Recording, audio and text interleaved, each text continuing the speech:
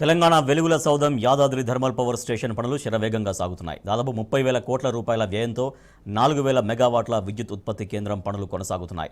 8,000 మంది కార్మికులు, ఇంజనీర్లు, అధికారులు ప్రాజెక్టు నిర్మాణంలో అహోరాత్రులు శ్రమిస్తున్నారు.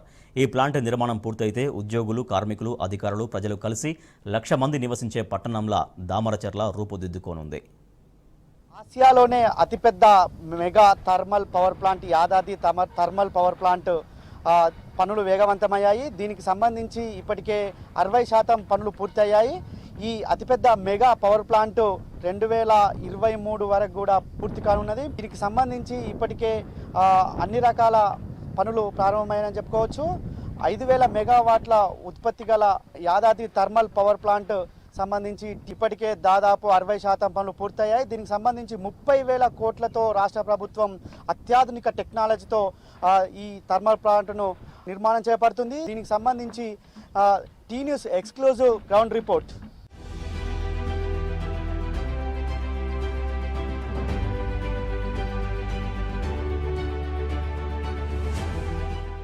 తెలంగాణ రాష్ట్రంలో నిరంతరం విద్యుత్తు సరఫరా చేసేందుకు రాష్ట్రం ఏర్పడిన తొలినాళ్లలోనే సీఎం కేసీఆర్ భవిష్యత్తు కోసం బాటలు వేశారు. రాష్ట్రంలో ఏ కాలంలోనైనా విద్యుత్ కొరత అనే పదం వినబడకుండా భవిష్యత్తును తీర్చిదిద్దేందుకే రాష్ట్ర ప్రభుత్వం యాదాద్రి థర్మల్ విద్యుత్ కేంద్రం నిర్మాణాన్ని చేపట్టింది. అధునాతన సాంకేతిక పరిజ్ఞానంతో 5 యూనిట్లలో 4,000 మెగావాట్ల మెగా పవర్ ప్రాజెక్టు శరవేగంగా నిర్మాణం జరుగుతున్నది. నల్లగొండ జిల్లా దామరచెర్ల సమీపంలో టీఎస్ జెన్కో సుమారు 6,000 ఎకరాల్లో చేపట్టిన ప్రతిష్టాత్మక ప్రాజెక్టు ఇది. కరోనా సంక్షోభ కాలంలోనూ 6,000 మందికి పైగా కార్మికులు ఇక్కడ పనిచేస్తున్నారు. 800 మెగావాట్ల చొప్పున 5 యూనిట్ల ద్వారా 4,000 మెగావాట్ల విద్యుత్తును ఉత్పత్తి చేసేందుకు నిర్దేశించిన యాదాద్రి జిల్లా సూపర్ థర్మల్ విద్యుత్ కేంద్రం ఒక విద్యుత్ నగరంగా రూపుదిద్దుకుంటున్నది. రైల్వే ట్రాక్ నుంచి మొదలుకొని నీటి రిజర్వాయర్, బొగ్గు నిల్వ కేంద్రం, కూలింగ్ టవర్లు, చిమ్నీలు, ESP, boiler, power house, transformer yard, switch yard ఇలా అన్ని పనులను ఏకకాలంలో పూర్తి చేసేలా పనులు సాగుతున్నాయి.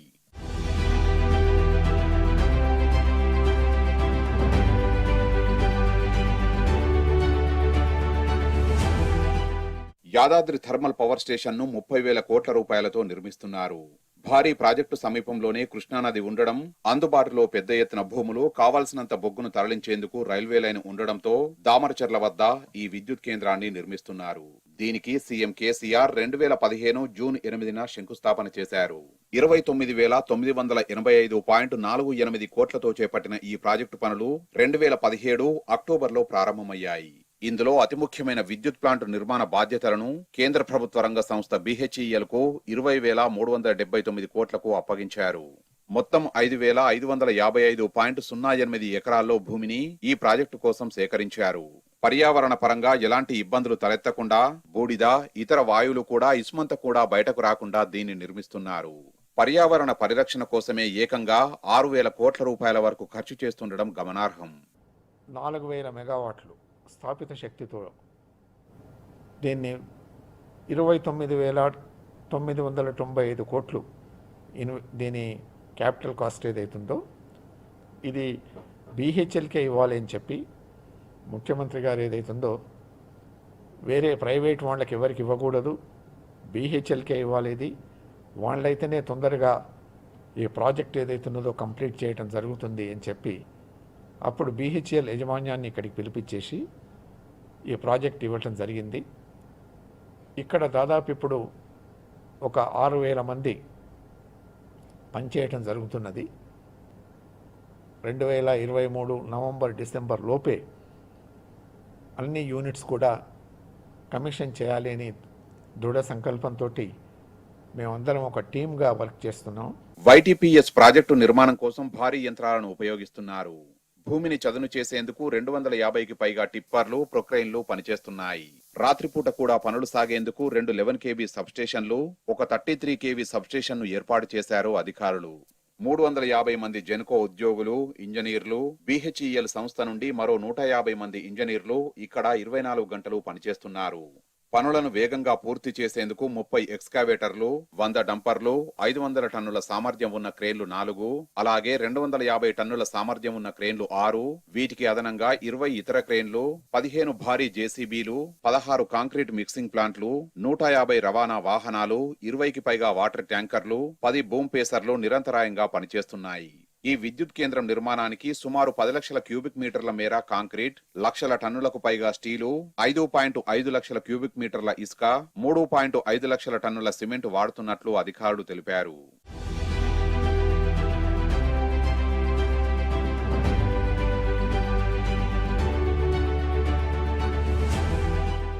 మరోవైపు థర్మల్ విద్యుత్ కేంద్రంలో ప్రధానమైనవిగా చెప్పుకునే ఈఎస్పీ ఎలక్ట్రోస్టాటిక్ ప్రెసిపిటేటర్, బాయిలర్, పవర్ హౌజ్ల నిర్మాణం కూడా వేగంగా సాగుతున్నది.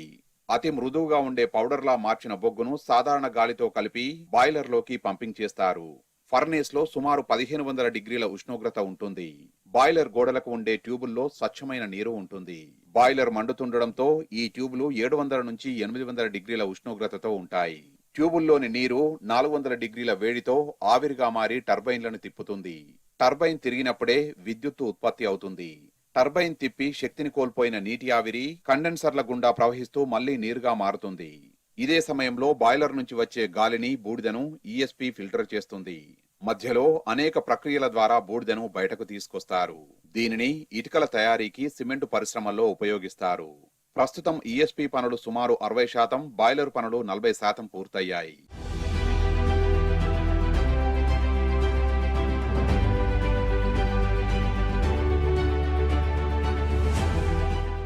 థర్మల్ విద్యుత్ కేంద్రంలో చిమ్నీలకు ప్రత్యేకత ఉంటుంది. బాయిలర్లో 1500 డిగ్రీల వేడిని పుట్టించి నీటిని వేడి చేసి ఆవిరిగా మార్చిన తర్వాత వెలువడే వేడి గాలి, ఇతర వాయువులను దీని ద్వారా బయటకు వదులుతారు. ఇందులో ఎలాంటి విషవాయువులు ఉండవు. ఈ చిమ్నీలను 275 మీటర్ల ఎత్తుతో నిర్మిస్తున్నారు. భూ ఉపరితలంపై 34 మీటర్ల